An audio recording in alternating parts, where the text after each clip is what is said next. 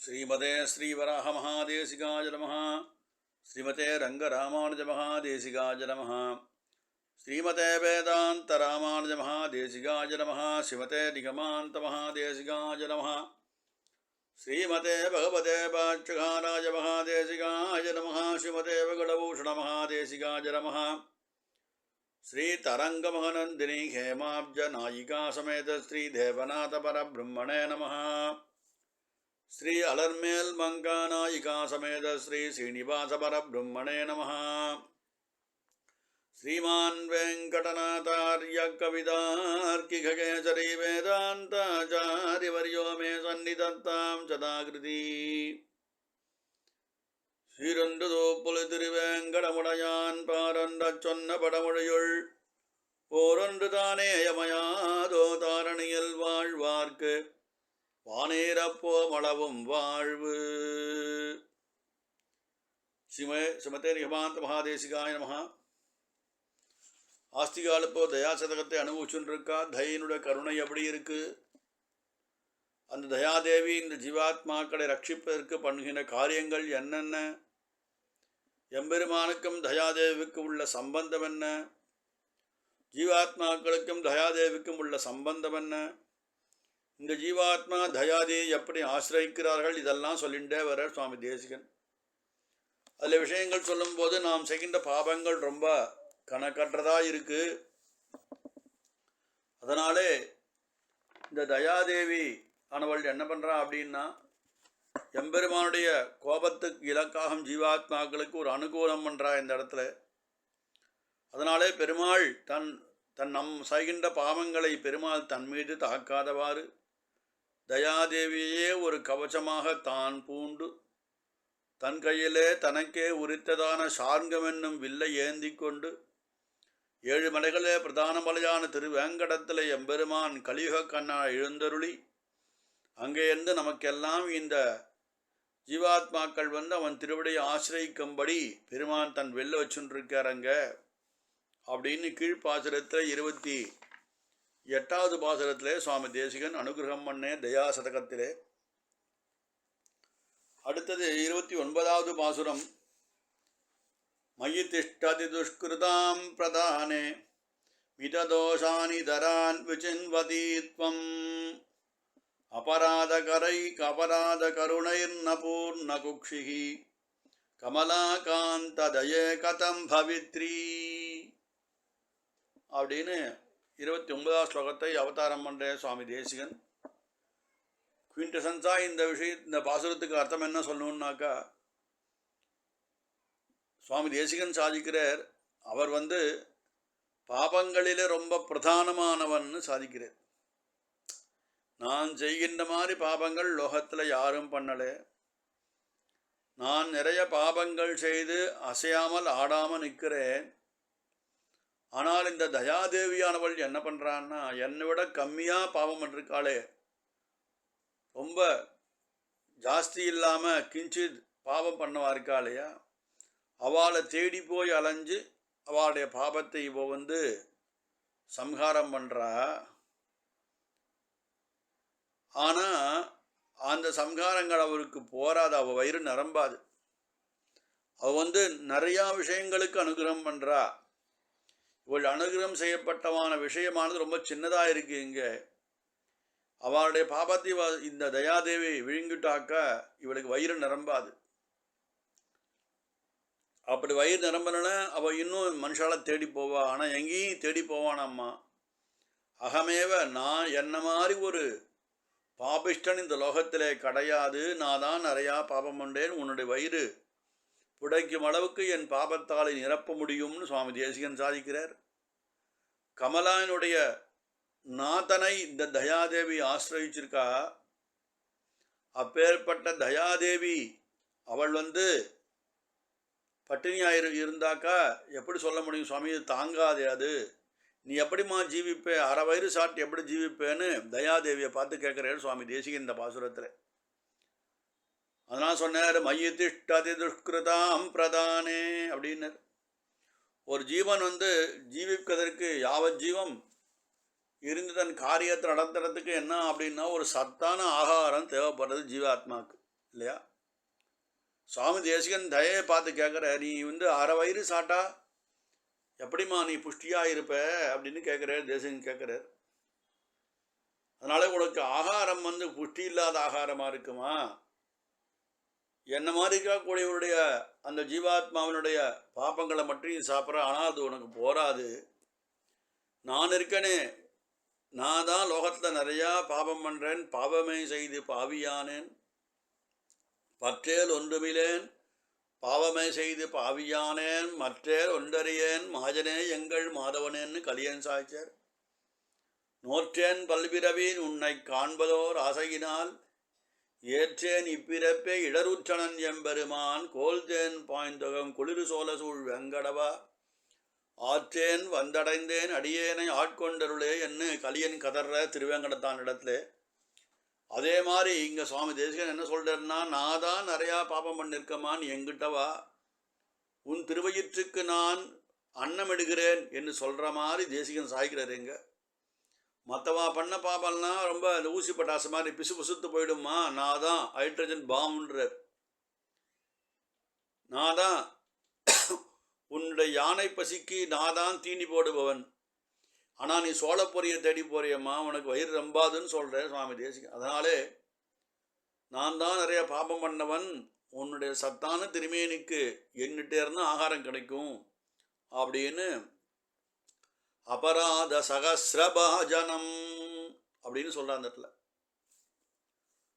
அடுத்து சொல்கிற இந்த இடத்துல மிததோஷானிதரான் விசன்வதீத்வம்,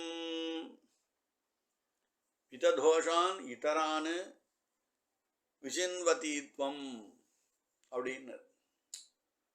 அதாவது சாமான்யமாக ஒரு அபராதங்கள் பண்ணுறவா, குற்றம் பண்ணுறவா, அது எல்லாம் சின்ன குற்றம் சின்ன பாபமாக இருக்குது.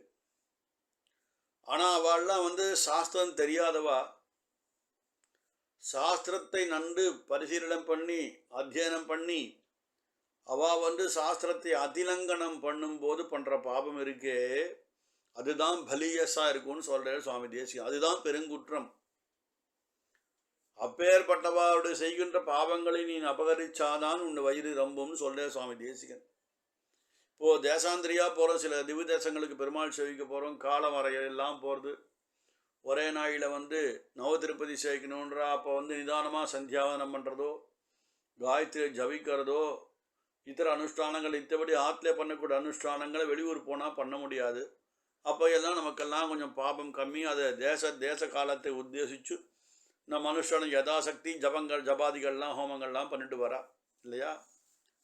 அப்படி இருக்கிறவாளுக்கு பாபம் கம்மியாயிடும். அவளுக்கு அது அந்த இடத்துல அவ்வளோ அனுஷ்டானம் பண்ணணும்னு சொல்லவும் இல்லை. ஆனால் சாஸ்திரம் வாசிச்சுட்ருக்கா பாருங்கோ, அது சாஸ்திர பண்டிதர்னு சொன்னால் அதுக்கு உண்டான லக்ஷணம் விலக்ஷணத்துவம் அவள்கிட்ட இருக்கணும். நல்ல விலக்ஷணமான இந்த சுவாமி விலக்ஷணமானவர்னு சொன்னால் மற்றவாழ்தான் இவர் வேறுபட்டு இருக்க வேணும். இத்தரால் போல் இல்லாமல் நல்ல சாஸ்திரத்தை அனுஷ்டானம் பண்ணி தன்னுடைய சுதர்மானுஷ்டானத்தையும் சாஸ்திர ரீதியாக நடத்தி பரிபாலனம் பண்ணக்கூடியவருக்கு தான் விலக்ஷணமான அதிகாரின்னு அப்படின்னு அர்த்தம்.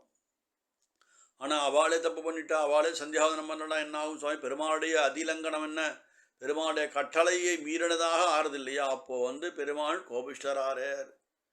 ஏன்னா சாஸ்திரம் வாசிச்சவா ஒரு விஷயத்தை அனுஷ்டானம் பண்ணாதான் அவளை பார்த்து சாஸ்திரம் வாசிக்காது இருக்கிறவாளும் அனுஷ்டானம் பண்ண கற்றுக்கிறா.